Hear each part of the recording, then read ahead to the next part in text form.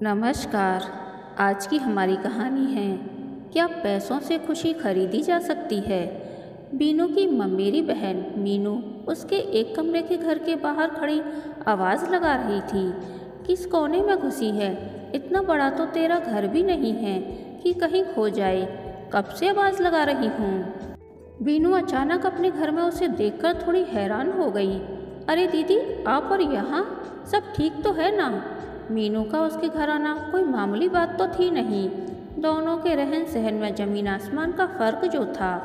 हाँ हाँ, सब ठीक है। मैं तो इस तरफ आई थी तो सोचा कि तुझसे मिलती चलूँ। तू तो कभी हमारे गरीब खाने में पैर रखती नहीं। बीनू के साधारण से घर का मुआयना करती मीनू व्यंग से टेढ़ी मुस्कान के साथ बोली।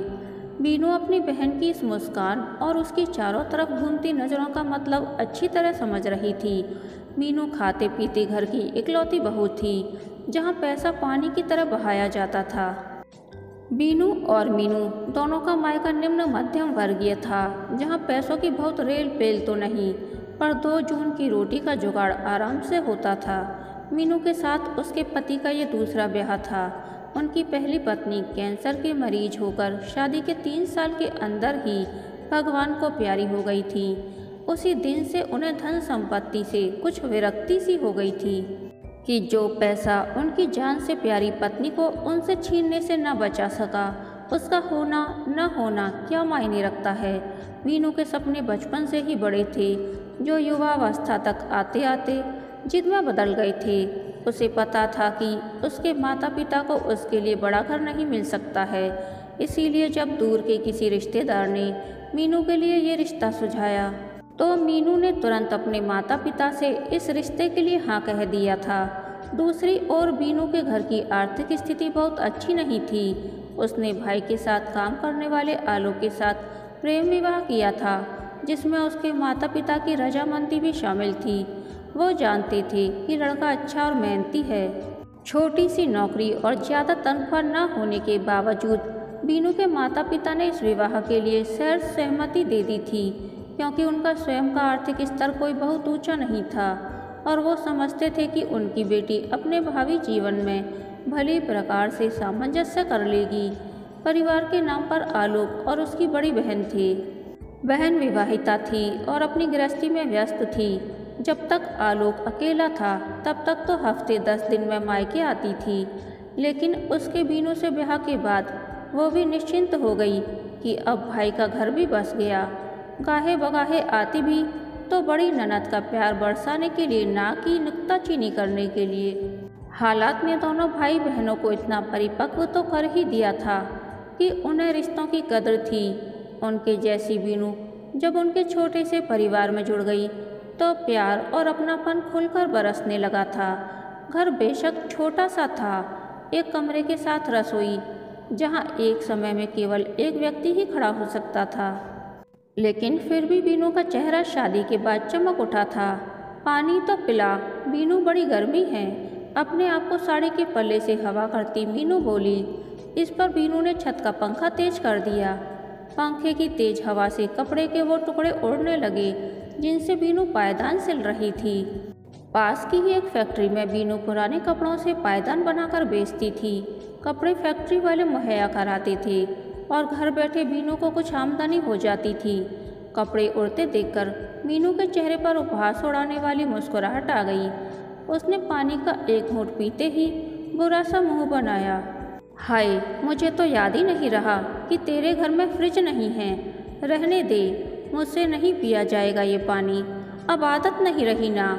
मीनू की चुपती बातें सुनकर मीनू का सब्र धीरे धीरे खत्म हो रहा था। मन किया कि कह दे, 22 साल तक घड़े का पानी पीने की आदत तो एक दिन में ही छूट गई थी आपकी। अब तो फिर भी 5 साल हो चुके हैं। पर बहन का लिहाज कर चुप रही। उसने औपचारिकतावश चाय के लिए पूछा, लेकिन जैसे कि उसे उम्मीद थी, मीनू ने मना कर दिया। रहने दे, इतनी गर्मी में कौन चाय पिएगा? यहाँ एसी तो है नहीं। कैसे रहती है तू यहाँ? इस बार बीनू का सब्र जवाब दे गया और उसके मुंह से निकल ही गया, वैसे ही जैसे पहले आप भी रहती थी। तब की बात और थी बीनू, अब तो मैं 1 मिनट भी नहीं रह सकती एसी बिना। फिर तो आपने यहाँ आकर गलती कर दी दीदी, क्योंकि एसी तो छोड़िए, मेरे घर में तो कूलर भी नहीं है। अरे तू तो नाराज़ हो गई। बीनू, मैं तो तुझसे मिलने आई हूँ, तू कहे तो चली जाती हूँ। अपनी बड़ी बहन की बात सुनकर बीनू चुप लगा गई, पर अब वो मन ही मन सोच रही थी कि मीनू जल्दी यहाँ से चली जाए, वरना कहीं आलोक के सामने कुछ कहेगी तो वो बर्दाश्त नहीं कर पाएगी। वैसे भी उसकी ट्यूशन क्लास का टाइम होने वाला था। आलोक के साथ कंधे से कंधा मिलाकर चलने वाली बीनू अपने खाली समय का भरपूर सदुपयोग करती थी। सिलाई के काम के अलावा मोहल्ले के कुछ बच्चे उससे ट्यूशन भी पढ़ते थे, जिनसे उसकी अच्छी आमदनी हो जाती थी। मीनू वहाँ आधे घंटे तक बैठी रही और साथ ही किसी न किसी तरह बीनू को नीचा दिखाने की कोशिश करती रही। अब तक मीनू की बातों से तंग आ चुकी बीनू ने उकताकर पूछा, दीदी आपके ड्राइवर को तो कुछ पानी वानी पिला दो, बेचारा गर्मी में आपका इंतजार कर रहा है। यह सुनते ही बीनू के पड़ोसी का लड़का, जो उसी समय चाय पत्ती मांगने आया था, बोल पड़ा, आंटी तो ऑटो से आई हैं। सुनकर बीनू ने आश्चर्य से बहन की तरफ देखा। मीनू के चेहरे का फीका पड़ चुका रंग कई बातों की चुगली कर गया, लेकिन वो खुद को संभाल कर बोली, नहीं, ड्राइवर को मैंने यह कहकर भेज दिया था कि पता नहीं मुझे कितना समय लगेगा। लेकिन आंटी, मैंने तो आपको ऑटो से उतरते देखा था, लड़के ने फिर कहा।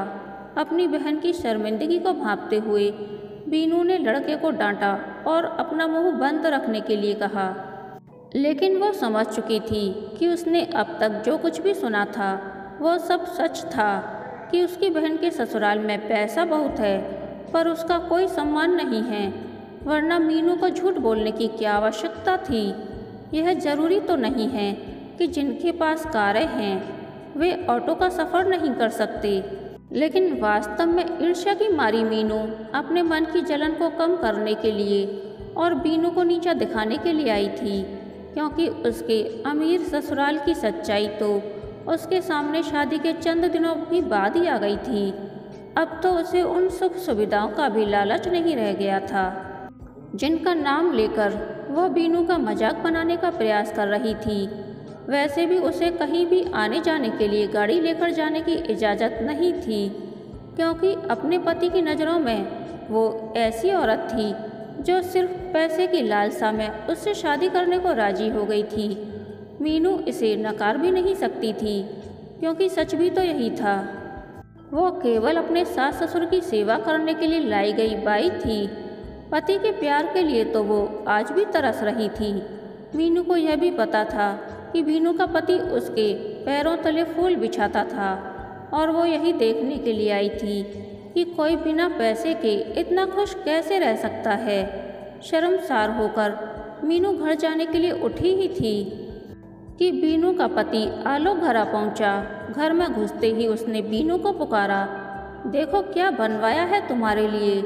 मशीन चलाते समय कंधा दुखने लगा था ना, मशीन के पैर लाया हूँ और साथ में मोटर भी, अब तुम्हें सिलाई करने में आसानी होगी। बात समझते हुए आलोक ने मीनू को देखा तो झेप गया। माफ़ कीजिएगा दीदी, आपको देखा नहीं मैंने, वो बोल रहा था, लेकिन मीनू का सारा ध्यान उस मोटर और मशीन के पैरों पर था। मीनू के घर के भारी भरकम सजावटी सामान की तुलना में ये दोनों चीज़ें बहुत मामूली पर फिर भी अनमोल थीं, क्योंकि इसमें मीनू के पति का प्यार छिपा हुआ था। नम आंखें लिए मीनू बिना एक शब्द बोले बीनू के घर से निकल गई। बहन के दर्द को महसूस करती बीनू दयनीय दृष्टि से मीनू को जाते हुए देख रही थी। कोई कुछ नहीं बोला था, पर फिर भी हर कोई यह समझ गया था कि खुशी को पैसों से नहीं खरीदा जा सकता है। ये तो पति पत्नी का आपसी प्यार और सम्मान है जो दिलों में खुशी की रोशनी फैलाता है। कई बार हम दूसरों के घर की सुख सुविधाओं को देखकर अपने आप को कमतर आंकने लगते हैं, खास तौर पर तब जब हम वो सुविधाएं जुटाने में असमर्थ होते हैं। लेकिन सच तो यह है कि घर में मौजूद महंगे से महंगा सामान प्यार की तुलना में बहुत सस्ता होता है। आपस में प्रेम और विश्वास हो तो व्यक्ति तंगी में भी गुजारा कर लेता है, लेकिन सोने चांदी के सिक्के भी हों पर परिवार में प्रेम नहीं, परवाह नहीं, तो जीना मुश्किल हो जाता है। मैं ये नहीं कहती कि पैसों की सुख सुविधाओं की आवश्यकता नहीं होती, ज़रूर होती है, पर पहली आवश्यकता प्यार और सम्मान की होती है। सुख सुविधाएं तो इंसान अपनी हिम्मत के बल पर जुटा ही सकता है। कहानी के अंत तक बने रहने के लिए धन्यवाद। यह कहानी आपको कैसी लगी प्लीज़ कमेंट करके बताइए।